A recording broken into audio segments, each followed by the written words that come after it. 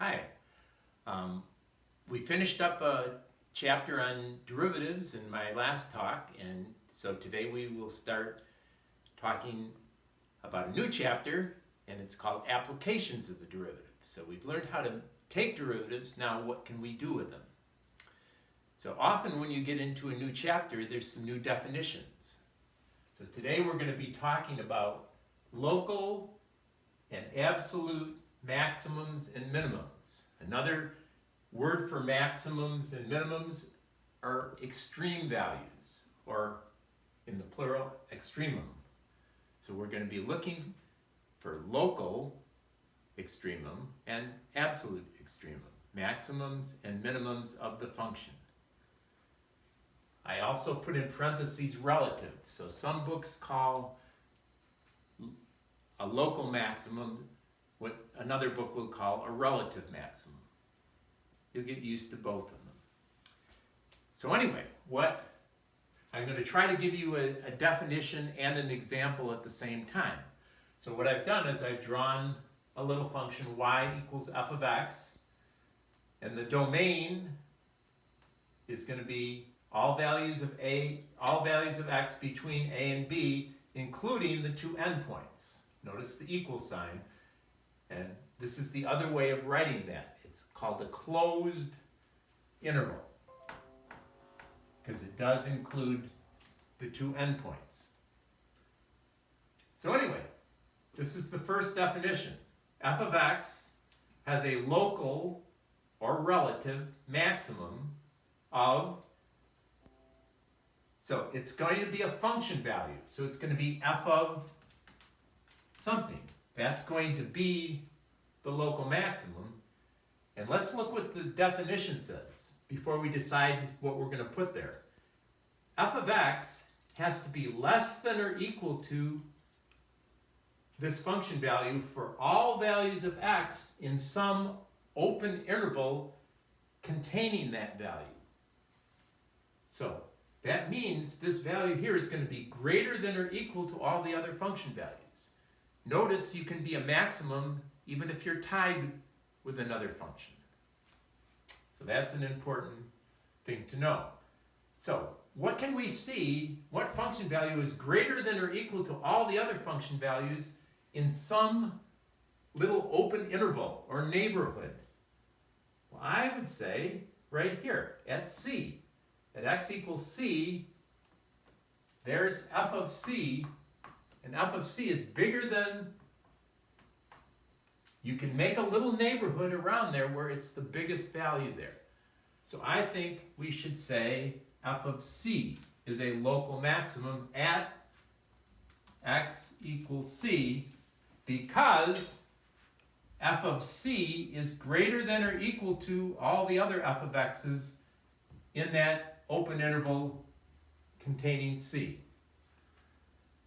Now, I think some of you are probably looking at this and saying, well, what about d? And you're absolutely correct. I could also get an open interval around d, where f of d would be the highest. So I could have just as easily put d in that point. Now we're going to talk about a local minimum. Well, you can probably almost guess, in this case, we're looking for f of some variable that's less than or equal to all the other f of x's in an open interval containing that value. Over here, what could we say?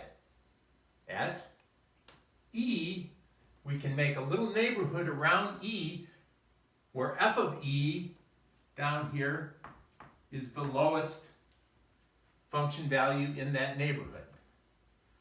So if you agree with me, we're going to call f of e a local or relative minimum at x equals e, because f of e is less than or equal to all the other f of x's in that neighborhood.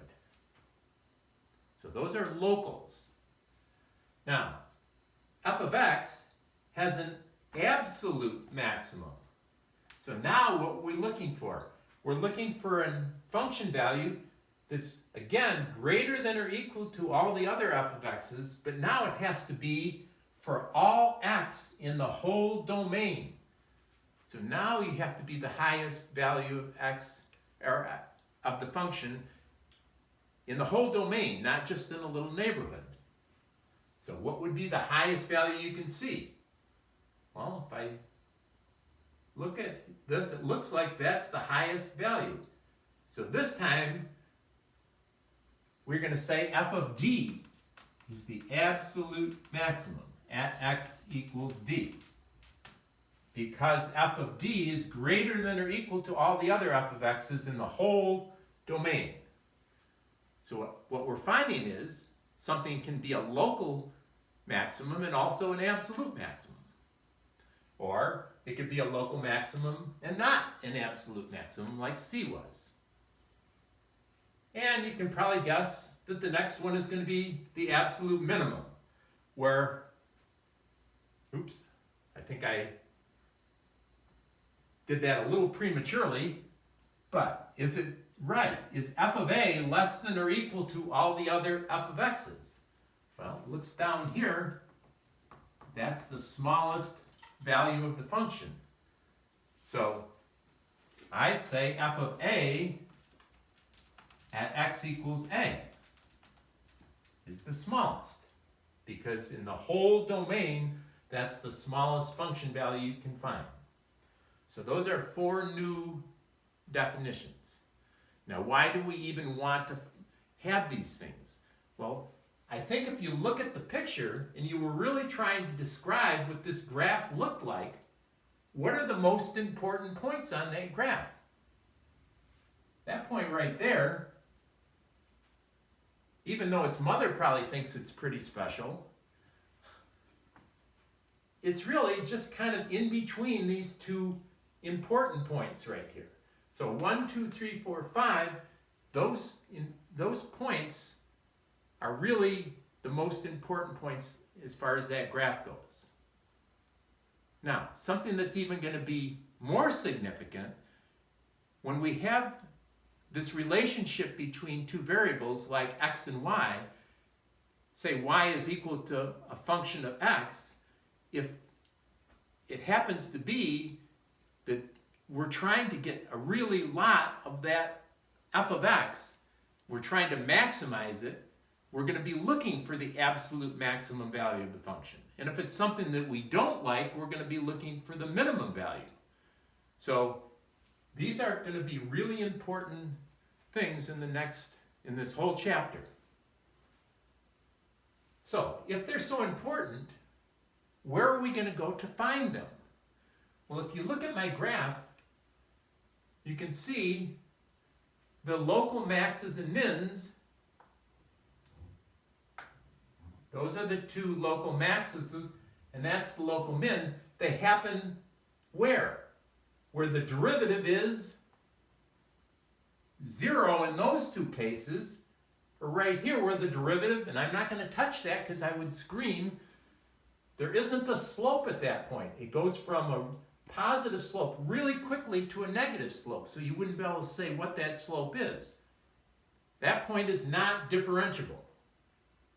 So it seems, at least from my picture, that you find local maxes and mins at places where the derivative is 0 or undefined.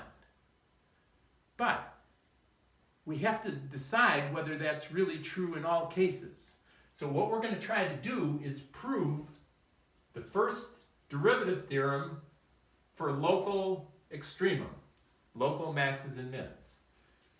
And this says, if y equals f of x has a local maximum, and I'm going to put in parentheses, or minimum, at x equal c, and if f prime of c exists. In other words, if f is differentiable, if f has a derivative at x equals c, then f prime of c equals 0. So if we could prove that, we could prove that if you're looking for a local max or min, it's either going to be where the derivative equals 0, or it must have been where the derivative didn't exist. Now, to do that, when we're doing a proof like this, we have to look at what is the hypothesis. The hypothesis is that f prime of c exists. Well, what is f prime of c?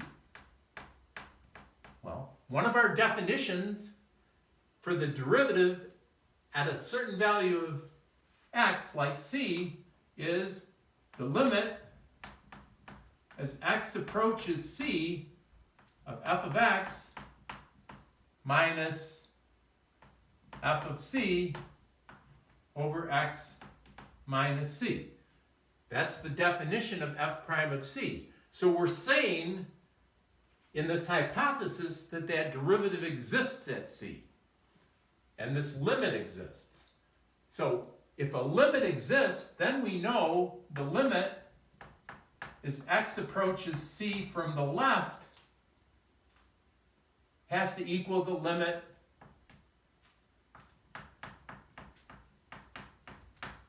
as x approaches c from the right.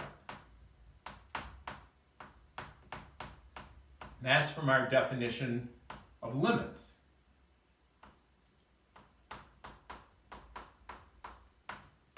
Now, that looks like it might be kind of complicated, but let's analyze it.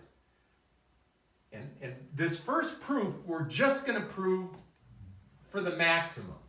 So we're assuming that f has a maximum at x equals c.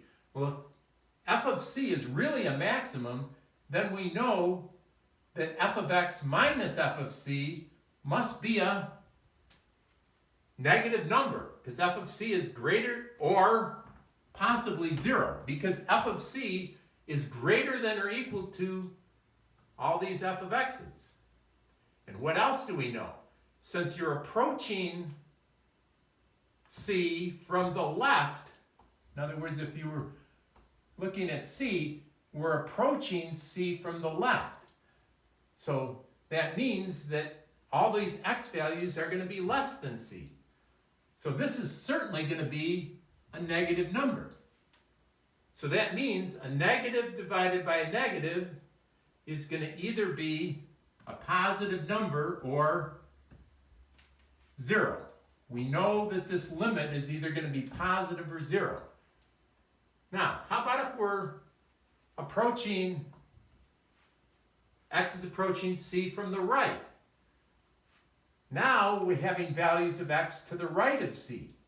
So x is bigger than c, and this value down here is going to be positive. But this hasn't changed. F of c is the absolute maximum, or the local maximum, so that means in this neighborhood, this is still going to be negative or 0. Well, if we have a negative divided by a positive, it must be negative, or it could be 0. And they have to equal each other. Well, a positive is never going to equal a negative. So it must be that both of these are 0. And we've done our proof. We've just proven if the derivative exists, then the derivative has to be 0. Now, I think it was important to see that proof because we're going to use this over and over again. If we're going to look for these values that are local maxes and mins, we now know where to look for them, where the derivative is 0 or undefined. Now, because that, we're going to say one more new term. Any value of x where the derivative, say x equals c, where the derivative is 0 or undefined, we're going to call those values of x where this happens critical values. They're the important things that we're looking for. That's why we call them critical. So, good. So let's just do 3 examples and give you an idea what this can be helpful for. So, here's the first one. Find the absolute extremum, maximums and minimums. So we're not looking for locals this time, we're looking for absolute. For this fifth degree polynomial, and the domain is from x equals -3 to 3 on that closed interval. So what are we going to do? Well, we know that to be an absolute maximum or minimum, it's got to happen where? Either at a local maximum or minimum, or possibly at an endpoint. So when I did this example over on this side, we saw that sometimes you got a maximum at a local, but we could get a minimum at an endpoint. So what I have to consider is all the critical values and the endpoints. I don't have to look at every value of x between -3 and 3. There's an infinite number of them. So what are we going to do? The first thing is we're going to take the derivative. And we get 5x to the 4th minus 20x cubed plus 15x squared plus the derivative of 20, which is 0. And first of all, we see that that's just a polynomial, so it's never undefined. So we're never going to find any places where the derivative is not defined, but where does the derivative equal 0? Well, if we factor out a 5 and an x squared, and then we further factor this quadratic into x minus 1 times x minus 3, we find out that there's 3 values that are critical. X equals 0, x equals 1, and x equals 3. So these are my 3 critical values, and I only have 2 endpoints to look at, 3 and -3. Well, I'm already looking at 3 here, so -3 is the only other value. So instead of looking at an infinite number of values of the function and see which one is the biggest and the smallest, all we have to do is look at those 4. So I have to look at f of 0, f of 1, f of 3, and f of -3. And I know my answer for the max and the min is going to be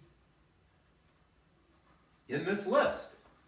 Well, f of 0 is easy, 20.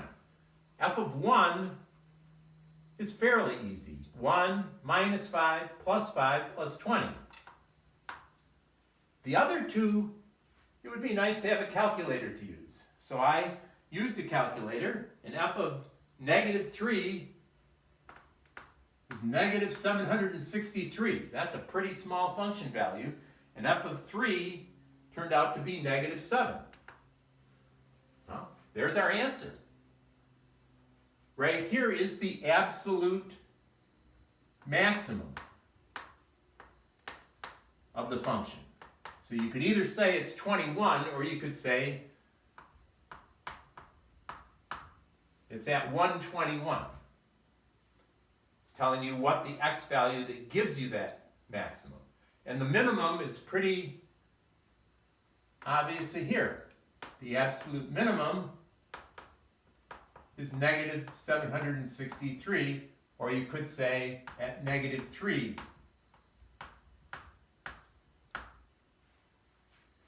So, and if that function actually represented something that we were trying to get a lot of, or we were trying to get as few as possible, we would know what value of x was going to give that to us. That's where it's really going to turn out to be important. And one other thing before we go to the next problem, notice that one of these, the maximum, happened at a local maximum, where the derivative was 0, and the minimum happened at an endpoint, at -3. Okay, let's try another one just like that, but not on a polynomial. find the absolute maximum and minimum for this function. So I'm going to do the same thing. I'm going to take the derivative, because that's what's going to tell us what we need to do. Well, the derivative of 1 is 0, so you get minus 2/3 times x minus 1 to the negative 1/3. We're using the chain rule because that's not x to the 2/3, it's a function of x to the 2/3. But the derivative of x minus 1 is just 1, so you don't even really need to write it, but we could do that if we wanted to finish the chain rule. Now that's kind of messy to look at, so maybe a nicer way to write it without the negative exponent is to bring this down into the denominator.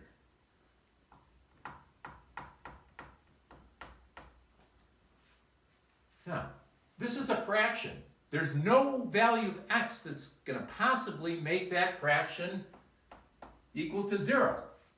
The only way you can get a fraction equal to 0 is if the numerator equals 0. And there's no way you can make that 0. So there's no critical values where the derivative is 0. But how can I make this undefined? Well, the only thing we can't do is divide by 0. But you would be dividing by 0 if you pick x equals 1. So it turns out that x equals 1 is the only critical value on that function. And we have 2 endpoints to look for. So we really only have to consider 3 values of the function. And one of them is going to be the maximum, and the other one is the minimum. So we'll look at f of 1, we'll look at f of 3, and we'll look at f of negative 3. Well, 1 is the easy one. 1 minus 1 is 0, so f of 1 is just 1. F of 3 is 1 minus, and then you get 2 to the 2/3 power.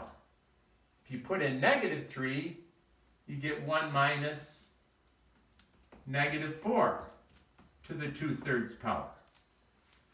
Well, when you take a 2/3 power, you're taking the cube root and then squaring it. So in both cases here, what you're subtracting is going to be something positive. So I think we can see that this has got to be the maximum value of the function is 1, because you're subtracting something positive away from 1 on these two. And the minimum has to be the one you're subtracting the largest from, so that would be the minimum. The max, absolute max, absolute minimum. So that derivative really helped us, because we didn't really want to look at an infinite number of values of x to see which was the highest and which was the lowest. Okay, one last problem. Find all the local or relative and absolute extrema. So now we're going to do similar to the last one, but we're also going to look for local maxes and mins. We're still going to be doing the same thing though. We're going to take the derivative. So we get 3x squared minus 27. It's never undefined. So there's no critical values where the derivative is undefined, but is it ever equal to 0? Well, let's factor it. 3 times x squared minus 9. And if you further factor that, maybe you can just look and see that there's going to be 2 values of x. X equals negative 3 and 3.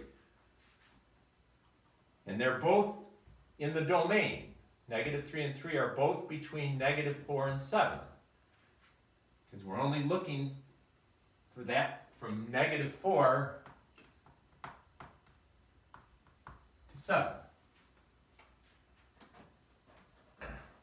Well, I think this is something that's going to turn out to be really helpful for us for quite a long period of time. if we look at the number line,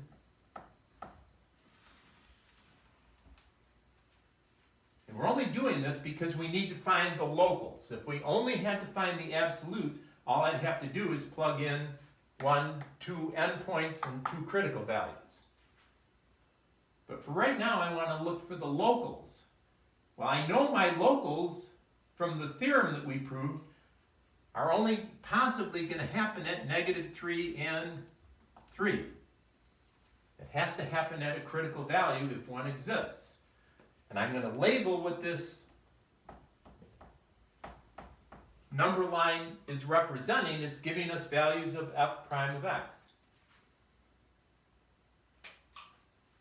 We know that these are the only places where the derivative could change from positive to negative. So that means if we pick any value between -4 and -3 and plug it into the derivative, we can find out whether the derivative is positive or negative at that point. So let's pick a number like -3.5. If I put that into this derivative, I get a positive times a negative times another negative. -3.5 plus 3 would also be a negative. So altogether you get positive. So we know the derivative has been positive in that whole interval. Pick a number between -3 and 3, like 0. If I put 0 into here, I get a negative times a positive is a negative. And if I pick a number bigger than 3, everything in the derivative is, every factor there is going to be positive. So what does that mean the function is doing? All in this interval where the derivative is positive, the function must be rising. Then in this interval, it's falling, and then in this interval, it's rising. So what do we see? At this critical value, at -3, we have a local maximum because the derivative went from positive to negative. And then at 3, we have a local minimum where the derivative went from negative to positive. Now, the only thing we really have to do now is find the absolute extreme, and we also have to find what these values are. So now it's just a matter of plugging it into the main function, not the derivative function. We already know what the slope is. We have to plug those in. So if I plug in -3, let's see, can we do this in our head? -27 plus 81 would be 54. If I plug in a +3, I get 27 minus 81, or -54. So those are our local maxes and mins, and to find the absolute, I just have to check the 2 endpoints. What is g of -4, and what is g of 7? I'm not going to try to do those in my head. These look a little harder. I found out on the calculator that that was 44, and this was 154.